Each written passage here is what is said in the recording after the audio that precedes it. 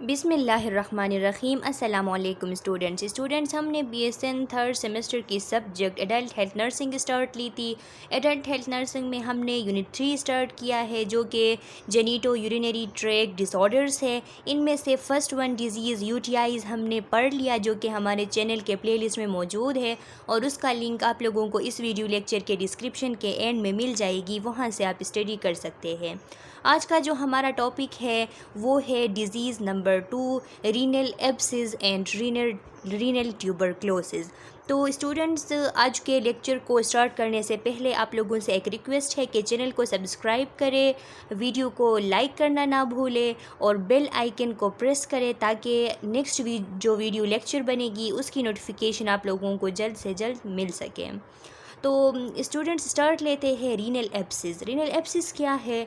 A pus filled cavity they develops in the kidney as a result of inflammation की वजह से एक पस फिल्ड कैविटी जब किडनीज़ में बन जाती है, किडनीज़ के अंदर किडनीज़ के रीनल सेल्स जो होते हैं इनमें जब बन जाती है तो इसको हम क्या कहते हैं? रीनल एब्सिस कहते हैं। एब्सिस मींस कलेक्शन ऑफ पस। जब पस की कलेक्शन हो जाती है तो इसको हम एब्सिस कहते हैं। और यहाँ पे भी जब किडनीज़ के अंदर छोटे छोटे कैविटीज़ बन जाते हैं, जिन कैविटीज़ में पस की एकमुलेशन होती है, एब्सिस उसको हम कहते हैं। चूँकि ये रीनल सेल्स के अंदर होती है इसलिए हम इसको रीनल एब्सिस कहते हैं।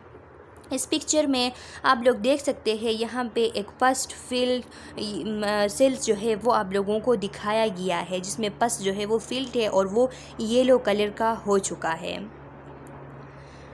A renal abscess is caused either by bacteria from an infection.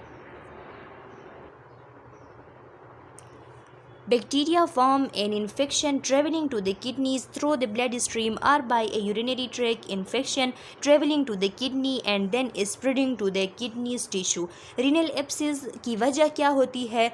तो renal abscess जो है वो बैक्टीरिया की वजह से renal abscess बनते हैं। यहाँ पे पस की accumulation हो जाती है, या तो एक बैक्टीरियल इन्फेक्शन है जो कि किडनीज़ को ट्रेवल हुआ है ब्लड के थ्रू, यानी ब्लड में कोई सेप्सिस थी बैक्टीरिया की, बैक्टीरियल टॉक्सिन्स ब्लड्स में आ गए थे, वहाँ ब्लड में ये ब्लड के थ्रू किडनीज तक पहुँच जाते हैं और वहाँ पे जब इन्फेक्शन फैल जाती है, स्प्रेड हो जाती है, तो इसकी वजह से वहाँ पे पस बन सकती है और उसकी एकमुलेशन हो सकती है। इसके अलावा यूरिनरी ट्रैक्ट इन्फेक्शन जो है वो ट्रेवल करके किडनीज तक पहुँच सकती है, यानी अपर जो यूरिनरी ऑर्गन्स है यानी किडनीज, यूरिटर्स, वहाँ पे पहुँच सकती है। जब वहाँ पे पहुँच जाती है तो ये जो किडनीज़ के टिश्यूज़ है वहाँ पे स्प्रेड हो जाती है, और स्प्रेड होने के बाद यहाँ पे अब इनका जो ग्रोथ है वो स्टार्ट जब हो जाता है तो पस फॉर्मेशन होती है और पस की एकमुलेशन होती है, और एक कंडीशन एराइज होता है जिसमें किडनीज़ के सेल्स के अंदर एक कैविटीज़ बनते हैं, जिस कैविटी में पस जो है वो एकमुलेट होता है। इस कंडीशन को हम रीनल एब्सिस कहते हैं। इटियोलॉजी में है कि पैथोजेंस यानी यूरिनरी ट्रैक्ट इन्फेक्शन काज करने वाले पैथोजेंस, मोस्टली बैक्टीरिया जो है वो यूरिनरी ट्रैक्ट इन्फेक्शन काज करती है। तो मोस्टली रीनल एब्सिस की जो काजेज़ है उनमें पैथोजेंस में बैक्टीरिया है, किडनी इन्फ्लेमेशन है या ऑब्स्ट्रक्शन है, किडनीज़ में इन्फ्लेमेशन हो गई है किसी भी वजह से, या ऑब्स्ट्रक्शन हो गई है, यूरिन जो है वो पास आउट नहीं हो रही है, तो ये भी काज हो सकती है कि इसकी वजह से रीनल एब्सिस हो। किडनी ट्यूमर हो सकती है, ट्यूमर बना है किडनी में तो उसकी वजह से रीनल एब्सिस हो सकती है, किडनी स्टोन्स की वजह से हो सकती है। और एक कंडीशन है जिसे हम वेजिकोरेट्रल रिफ्लक्स कहते हैं, यानी वेजिकोरेट्रल रिफ्लक्स जो है स्टूडेंट्स, ये एक ऐसी कंडीशन होती है जिसमें यूरिन जो है वो बैक फ्लो करता है यूरिनरी ब्लैडर से, वो या तो एक यूरेटर में या तो बोथ यूरेटर में बैक फ्लो करता है, और कभी कभार वो किडनीज तक भी पहुंच जाता है बैक फ्लो करके। यानी नॉर्मली जो यूरिन की फ़्लो होती है वो किडनीज़ में यूरिन बनती है, फिर किडनीज़ के थ्रू ये फ़्लो हो के यूरेटर में, यूरेटर से यूरिनरी ब्लैडर में चली आती है। लेकिन ये जो वेजिकोरेट्रल जो रिफ्लेक्स है इसमें ऐसा होता है कि जो ब्लैडर में यूरिन है वो बैक फ्लो करके या तो एक यूरेटर के थ्रू या तो दोनों यूरेटर के थ्रू किडनीज तक पहुंच जाती है। इस कंडीशन को हम वेजिकोरेट्रल रिफ्लेक्स कहते हैं, और ये एक इटियोलॉजी है, एक काज है रीनल एब्सिस की। साइन एंड सिम्टम्स क्या होती है? पेशेंट को फीवर होता है, चिल्स आते हैं, किडनी टेंडरनेस यानी किडनीज़ के अंदर उससे डिस्कम्फर्ट यानी पेन सा डिस्कम्फर्ट एक महसूस होती है, एब्डोमिनल पेन होता है, बैक पेन होता है, हेमेचूरिया होता है, यूरिन के साथ ब्लड आ सकती है, पस यूरिन के साथ आ सकती है, और इसके अलावा वेट लॉस हो जाती है, पेनफुल यूरिनेशन होता है, चूँकि पस शामिल है यूरिन के साथ तो इस वजह से पेनफुल यूरिनेशन होता है। डायग्नोस्टिक टेस्ट के लिए हम क्या कर सकते हैं? तो इसमें लिखा है हम ब्लड टेस्ट कर सकते हैं, ब्लड में अगर सेप्टिसीमिया है तो उससे हम अंदाज़ा लगा सकते हैं। यूरिन टेस्ट कर सकते हैं कि इसमें हेमेचूरिया या जो एब्सिस है, पस है यूरिन में, वो हम देखेंगे। एक्सरे कर सकते हैं, एक्सरे के थ्रू भी हम इसको एसेस कर सकते हैं अगर इसमें एब्सिस बनी हो। अल्ट्रासाउंड्स के थ्रू हम इसको एसेस कर सकते हैं। सिटी स्कैन के थ्रू हम जो है ये मॉनिटर कर सकते हैं कि पस जो है वो बना है या नहीं किडनीज़ में। ट्रीटमेंट इसकी क्या होगी? The treatment option for renal abscess are intravenous antibiotics. अब अगर ये बैक्टीरियाज़ की वजह से है तो अगर हमने इंट्रावेनसली, ज़्यादातर बैक्टीरियाज़ की वजह से होता है, तो इंट्रावेनसली अगर एंटीबायोटिक्स एडमिनिस्टर किया तो ये एक ट्रीटमेंट ऑप्शन है इस रीनल एब्सिस के लिए। Drainage of the abscess by an open operation और by inserting a catheter through a needle in the skin overlying the kidney with X-ray guidance। या इसके लिए एक और प्रोसीजर है जिसको हम ड्रेनेज कहते हैं, यानी या तो ओपन सर्जरी के थ्रू, ओपन ऑपरेशन यानी ओपन सर्जरी के थ्रू एब्सिस जो है उसको ड्रेन किया जाता है, या इस तरह किया जाता है कि एक कैथेटर जो है वो नीडल के थ्रू, ये जो स्किन होता है किडनीज़ के ऊपर, यहाँ पे कट करके एक छोटा सा नीडल के थ्रू कट करके एक कैथेटर को इंसर्ट किया जाता है एक्सरे ग्वाइडिंग के थ्रू, यानी एक्सरे से ग्वाइडिंग ली जाती है और उस ग्वाइडिंग के थ्रू कैथेटर इंसर्ट किया जाता है, और इस कैथेटर के थ्रू जो ड्रेन है, जो एब्सिस है, उसको ड्रेन किया जाता है, उसको बाहर निकाला जाता है। दिस मोर रिसेंट टेक्निक इस कॉल्ड परक्यूटेनियस ड्रेनेज। अब ये एक मोर रिसेंट टेक्निक है जिसको परक्यूटेनियस ड्रेनेज कहा जाता है। Has become the more frequent method of drainage. ये एक मोर फ्रिक्वेंटली यूज़ होने वाली यानी ज़्यादातर यूज़ होने वाली मेथड ऑफ ड्रेनेज है। अब एमसीक्यूज़ ये बन सकती है कि रीनल एब्सिस के लिए जो ट्रीटमेंट में ड्रेनेज की जाती है उस ड्रेनेज को क्या कहा जाता है, तो ये आप लोगों को पता होना है, याद करना है कि इसे परक्यूटेनियस ड्रेनेज कहा जाता है। कॉम्प्लिकेशन इसकी क्या है? डेवलपमेंट ऑफ ए सब डायफार्मेटिक एब्सिस। इसके थ्रू ऐसा हो सकता है कि सब डायफार्मेटिक एब्सिस यानी जो डायफॉर्म है उसके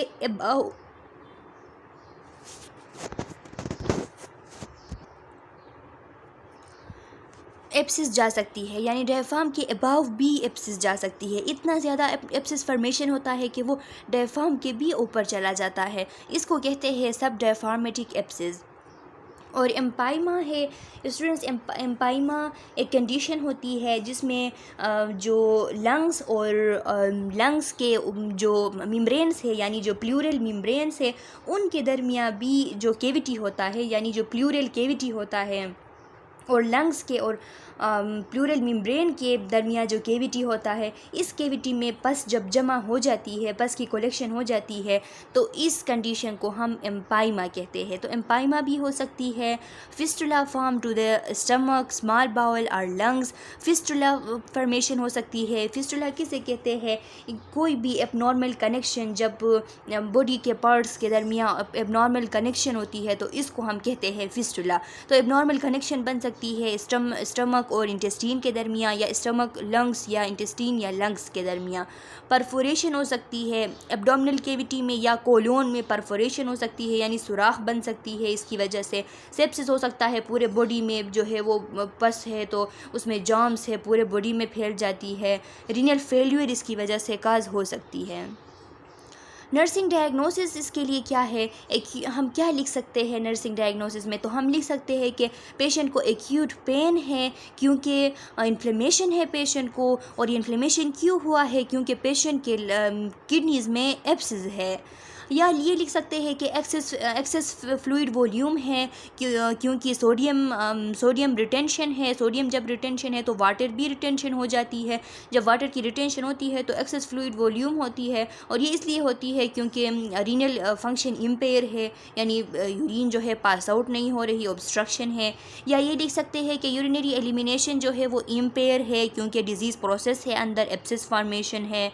या ये भी लिख सकते हैं कि पेशेंट इस रिस्क पे है कि उसको इन्फेक्शन हो, क्योंकि ये एब्सिस जो है ये रप्चर हो सकता है, यानी एब्सिस जिस कैविटी में है जब ये रप्चर हो तो ओवरऑल जो है इन्फेक्शन फैलने के चांसेस है, ये लिख सकते हैं।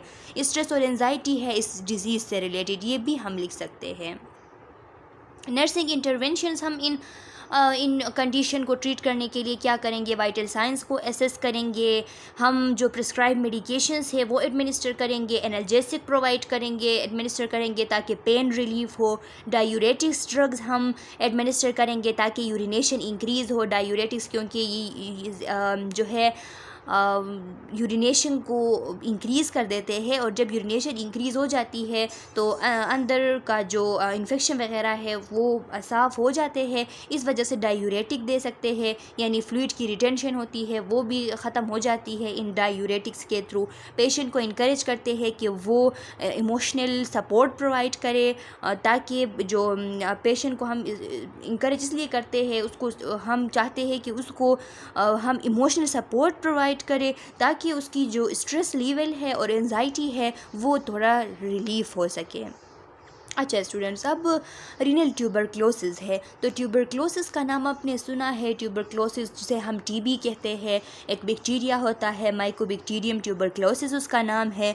इसकी वजह से कंडीशन अराइज होती है, इसको हम ट्यूबरक्लोसिस कहते हैं। ट्यूबरक्लोसिस ज़्यादातर जो है कॉमनली लंग्स में होती है, कभी कभार ये किडनीज़ में भी हो जाती है, और कभी कभार बोन में भी होती है। जब बोन में होती है तो हम बोन ट्यूबरक्लोसिस कहते हैं, जब लंग्स में होती है तो हम पल्मोनरी ट्यूबरक्लोसिस कहते हैं, और जब किडनीज़ में हो जाती है तो इसको हम रीनल ट्यूबरक्लोसिस कहते हैं। Disease of kidney caused by mycobacterium tuberculosis, ये भी किडनी की एक डिजीज़ है, एक बैक्टीरिया है माइकोबैक्टीरियम ट्यूबरक्लोसिस, इसकी वजह से ये डिजीज़ हो जाती है। The organism usually spread from lungs to the kidney by the way of blood stream. अब ये जो ऑर्गेनिज्म है ये यूजुअली स्प्रेड होके लंग्स से किडनी को चली आती है, और किसके थ्रू आती है, ब्लड स्ट्रीम के थ्रू आती है। यानी ब्लड जो है वो लंग्स में, अगर किसी को लंग्स में अगर किसी को पल्मोनरी ट्यूबरक्लोसिस है तो ब्लड वहाँ पे जाती है, और वहाँ से जब ब्लड फिर किडनीज़ में चली जाती है तो इस ब्लड के थ्रू ये जो माइकोबैक्टीरियम ट्यूबरक्लोसिस है ये किडनी तक पहुँच जाती है, और वहाँ पे भी ट्यूबरक्लोसिस काज करती है। इसे हम रीनल ट्यूबरक्लोसिस कहते हैं। आल्सो कॉल्ड एज नेफ्रोट्यूबरक्लोसिस, इसको हम नेफ्रोट्यूबरक्लोसिस भी कहते हैं। Tuberculosis develop in renal cortex और मेड्यूला, तो ये रीनल कॉर्टेक्स या मेड्यूला दोनों में हो सकती है। कोई ख़ास बात नहीं है कि सिर्फ कॉर्टेक्स में हो या मेड्यूला में, दोनों में हो सकती है। पैथोफिजियोलॉजी इसकी क्या है, once the organism reach the kidney it causes inflammation of renal cortex और मेड्यूला। जब ये ऑर्गेनिज्म किडनीज तक पहुंच जाती है तो यहाँ पे आके या तो ये रीनल कॉर्टेक्स में या रीनल मेड्यूला में जाके ट्यूबरक्लोसिस काज करती है, यानी इन्फ्लेमेशन काज करती है। Destruction of tissue occur throughout the kidney with progressive ulceration in the renal pelvis। क्या होता है कि through out the kidney tissues की डिस्ट्रक्शन हो जाती है, और साथ में जो रीनल पेल्विस है उसकी अल्सरेशन हो जाती है, यानी वहाँ पे जख्म बनना स्टार्ट हो जाती है और वो प्रोग्रेस करती रहती है। From renal pelvis it can spread to all areas of urinary tract, if left untreated can result in fibrosis and structure formation. ये रीनल पेल्विस से all areas of urinary tract जो है वहाँ फैल जाती है। अगर इसको ट्रीट ना किया जाए, इसको ऐसे ही छोड़ दिया जाए, तो इसके रिज़ल्ट में फाइब्रोसिस हो सकती है, यानी स्कार फॉर्मेशन हो सकती है, और स्ट्रक्चर फॉर्मेशन हो सकती है। स्ट्रक्चर्स क्या है स्टूडेंट्स, एबनॉर्मली जो नैरोविंग, अक्सर जो बॉडी में जो पैसेज होते हैं, जो कैनाल्स होते हैं, जो ट्यूब्स होते हैं, जब इनकी एबनॉर्मल नैरोविंग हो जाती है तो इसको हम स्ट्रक्चर फॉर्मेशन कहते हैं। इस प्रोसेस को भी हम स्ट्रक्चर फॉर्मेशन कहते हैं। और जो नैरो पार्ट बन जाता है, या तो ट्यूब होगा या कैनाल होगा, कोई भी पैसेज होगा, उसको हम स्ट्रक्चर कहते हैं। तो स्टूडेंट्स ये स्ट्रक्चर जब बनते हैं तो इनकी भी काज होती है, या तो स्कार फॉर्मेशन की वजह से या तो ट्यूमर बनने की वजह से स्ट्रक्चर बनते हैं। तो यहाँ पे भी फाइब्रोसिस होती है, और जब फाइब्रोसिस होती है यानी स्कार फॉर्मेशन होती है, तो स्कार फॉर्मेशन के बाद यहाँ पे स्ट्रक्चर यानी वो एरिया जो है, केनाल्स जो है वो नैरो बन जाती है। इटियोलॉजी इसकी क्या है? Renal tuberculosis is caused by bacteria mycobacterium tuberculosis. ज़ाहिरी सी बात है कि एक बैक्टीरिया है जो जिसका नाम माइकोबैक्टीरियम ट्यूबरक्लोसिस है, इसी की वजह से ट्यूबरक्लोसिस काज होती है। In many cases the infection follows a long latency period after the initial pulmonary tuberculosis infection. ज़्यादातर केसेस में इस तरह होता है कि पेशेंट को पहले के ही मुद्दत पहले यानी बहुत टाइम पहले उनको पल्मोनरी ट्यूबरक्लोसिस इन्फेक्शन होता है, उसके कई मुद्दत बाद, उसके ख़त्म होने के कई मुद्दत बाद उनको फिर रीनल ट्यूबरक्लोसिस भी हो जाती है। A predominant risk factor for developing renal tuberculosis is AIDS. जो लोग एड्स जिनको है यानी जिनको HIV इन्फेक्शन है, वो लोग रिस्क पे है कि उनको ट्यूबरक्लोसिस भी हो सकती है। ये इसलिए होता है क्योंकि उनका इम्यून सिस्टम बहुत ज़्यादा वीक हो चुका होता है, इस वजह से माइकोबैक्टीरियम जो है वो बॉडी में इन्वेट कर जाता है। साइंस सिम्टम्स क्या है? किडनी इन्फ्लेमेशन हो जाती है, यानी किडनीज़ के अंदर ज़ाहिरी सी बात है कि एक इन्फेक्शन आ गई है तो उसके रिज़ल्ट में इन्फ्लेमेशन होती है। पाइलोनेफ्राइटिस होती है, यानी जो कैल्सीज़ है और जो रीनल पेल्विस है उनमें इन्फ्लेमेशन हो जाती है, और ये बहुत किडनीज़ में होती है, इसको हम पाइलोनेफ्राइटिस कहते हैं। फीवर होता है, चिल्स होती है, साथ में शिवरिंग भी होती है क्योंकि ट्यूबरक्लोसिस है तो शिवरिंग भी होती है। लॉस ऑफ एपिटीट होता है यानी भूख नहीं लगती बंदे को। वेट लॉस होता है, मलेज थकावट महसूस होती है, और रीनल कोलिक यानी रीनल पेन होता है। डायग्नोसिस को किस तरीके से कर सकते हैं? अगर हमने ब्लड टेस्ट किया तो ब्लड के टेस्ट के थ्रू भी कर सकते हैं। अगर हमने यूरिन टेस्ट किया तो यूरिन टेस्ट के थ्रू भी इसकी डायग्नोसिस हो सकती है। रीनल फंक्शन टेस्ट हम करेंगे तो RFTs अगर करेंगे तो इनके थ्रू भी हम इसको डायग्नोसिस कर सकते हैं। एक्सरे के थ्रू भी डायग्नोस की जा सकती है, और अल्ट्रासाउंड के थ्रू भी डायग्नोस की जाती है। ट्रीटमेंट क्या है? Prevention of renal tuberculosis is aimed at early detection and treatment of pulmonary tuberculosis. इसकी प्रिवेंशन इस तरीके से हम कर सकते हैं कि अगर किसी को पल्मोनरी ट्यूबरक्लोसिस हो तो जल्दी से उसको रिकॉग्नाइज करके, उसको डायग्नोस करके, उसको सही तरीके से प्रॉम्प्टली यानी भरपूर तरीके से उसकी अगर ट्रीटमेंट की जाए तो फिर उस पेशेंट को में भी हो सकता है कि उसको फिर रीनल ट्यूबरक्लोसिस ना हो। Medications commonly use include in combination of, कुछ मेडिकेशंस है जो कि ट्यूबरक्लोसिस के लिए कम्बिनेशन फॉर्म में दिए जाते हैं, जिनमें रिफेम्पिन है, इथेम्ब्यूटोल है, पायरिडोक्सिन है, स्ट्रेप्टोमाइसिन है, आइसोनाइजिड है, पायरेजिनेमाइड है और साइक्लोसिरीन है। ये जितने भी मेडिकेशंस है स्टूडेंट्स, ये ट्यूबरक्लोसिस को ट्रीट करने के लिए यानी एंटी-TB ड्रग्स कहलाती है, इसको ट्यूबरक्लोसिस को ट्रीट करने के लिए यूज़ होती है। कॉम्प्लिकेशंस इसके क्या है? फ्लूइड एंड इलेक्ट्रोलाइट इम्बैलेंस, इसकी वजह से यानी ज़ाहिरी सी बात है कि किडनीज़ के फंक्शन जो है वो इम्पेयर है, तो किडनी ही मेंटेन रखती है फ्लूइड और इलेक्ट्रोलाइट के बैलेंस को। अब किडनी ही के फंक्शन जो है उनमें इम्पेयरमेंट आ गई है तो फ्लूइड और इलेक्ट्रोलाइट जो है उनकी इम्बैलेंस होती है, सही तरीके से वो बैलेंस में नहीं रहते। हाइपरटेंशन हो जाती है क्योंकि फ्लूइड रिटेंशन होती है, इस वजह से ब्लड वॉल्यूम जो है वो इंक्रीज़ होता है। किडनी फेल हो जाती है। रिस्क ऑफ इन्फेक्शन होता है, यानी जो वो सिस्ट जो है वो जब फट जाती है, यानी एक वहाँ पे एक केविटी बनती है ना, उस केविटी के अंदर पस होता है, तो वो केविटी जब फट जाती है तो फिर क्या होता है, ये पस जब फट जाती है तो ये इन्फेक्शन फैलने के चांसेस है।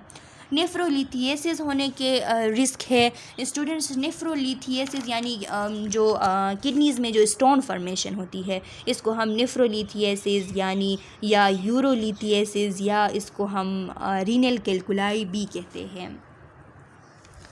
नर्सिंग डायग्नोसिस हम क्या लिख सकते हैं रीनल ट्यूबरक्लोसिस के लिए? तो excess fluid volume related to sodium and water retention, यानी ट्यूबरक्लोसिस हो जाती है तो पूरी किडनी में इन्फ्लेमेशन होता है, जिसकी वजह से किडनी की फंक्शन जो है वो इम्पेयर हो जाती है।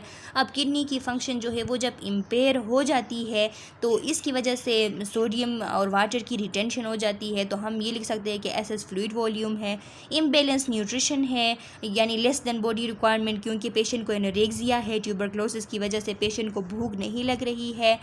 और इसके अलावा हम ये लिख सकते हैं कि इम्पेयर्ड यूरिनरी एलिमिनेशन है, क्योंकि डिजीज़ प्रोसेस है किडनीज़ के अंदर, ट्यूबरक्लोसिस है। ये भी लिख सकते हैं कि रिस्क ऑफ इन्फेक्शन है, क्योंकि ये इन्फेक्शन जो है ये फैल सकती है, ये बॉडी को इम्यून सिस्टम को भी जब इम्यून सिस्टम इसको डिक्रीज़ रिस्पॉन्स करेगा, इम्यून सिस्टम वीक हो जाएगा इसके सामने, तो फिर ये बॉडी में फैल सकती है और बोन ट्यूबरक्लोसिस भी हो सकती है। इस वजह से रिस्क ऑफ इन्फेक्शन होता है। स्ट्रेस और एंजाइटी होती है, क्योंकि डिज़ीज़ है पेशेंट को इस वजह से। नर्सिंग इंटरवेंशन हम क्या क्या कर सकते हैं? हम वाइटल साइन एसेस कर लेते हैं, जो प्रिस्क्राइब मेडिकेशन है वो एडमिनिस्टर करते हैं। एनाल्जेसिक और पेन रिलीवर्स हम एडमिनिस्टर करते हैं। डायूरेटिक एडमिनिस्टर करते हैं ताकि यूरिनेशन को इंक्रीज़ कर सके। पेशेंट को एडवाइस करते हैं कि प्लेंटी ऑफ रेस्ट कर ले और बैलेंस डाइट बैलेंस मील्स ले ले, क्योंकि पेशेंट बहुत कमज़ोर हो जाता है इस कंडीशन में। हम पेशेंट को हम अलर्ट रहते हैं कि कहीं ड्रग रिएक्शन तो ना हो। अगर ड्रग रिएक्शन हो तो उसी टाइम उसको ट्रीट करना लाजमी होता है। पेशेंट को इनकरेज करते हैं कि इमोशनल सपोर्ट करे, कि जिसकी वजह से उसके जो स्ट्रेस और एंजाइटी लेवल है वो रिलीव हो सके। अच्छा स्टूडेंट्स, तो ये आप लोगों का जो डिज़ीज़ नंबर 2 था, यानी रीनल एब्सिस और रीनल ट्यूबरक्लोसिस, ये कंप्लीट हो चुका। नेक्स्ट वीडियो लेक्चर में हम डिज़ीज़ नंबर 3 स्टार्ट करेंगे। आप लोग वीडियो को लाइक करना ना भूलें, चैनल को सब्सक्राइब करें और बेल आइकन को प्रेस करें, ताकि नेक्स्ट जो वीडियो लेक्चर होगी वो आप लोगों को उसकी नोटिफिकेशन जल्द से जल्द मिल सके। अल्लाह हाफिज़।